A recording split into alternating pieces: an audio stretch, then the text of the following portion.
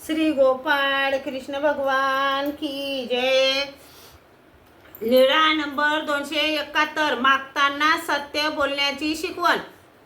सर्वज्ञ म्हणाले, वानऱ्या काही मागून आणा। जा हो भट्टोबास गावात गेले तेव्हा सार्वजनिक ओट्यावर काही कुणबी शेतकरी बसलेले होते। भट्टोबास म्हणाले, हो तुमच्या गावात ब्राह्मणाची घरे नाहीत तेव्हा काही कोरडी भिक्षा द्या। त्यांनी विचारले, किती जण आहेत?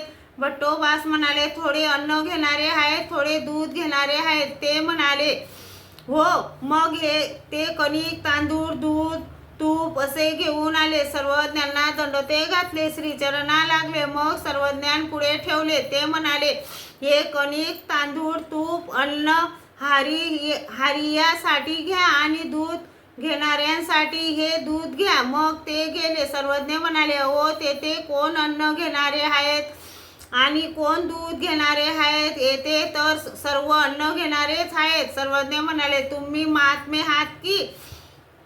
महात्मेंनी सत्यार्जवा होवावे। भट्टोबास म्हणाले, जी असं म्हणायचं नसतं हे मला माहीत नव्हतं। मग श्रीचरणा लागले। श्री गोपाळ कृष्ण भगवान की जय।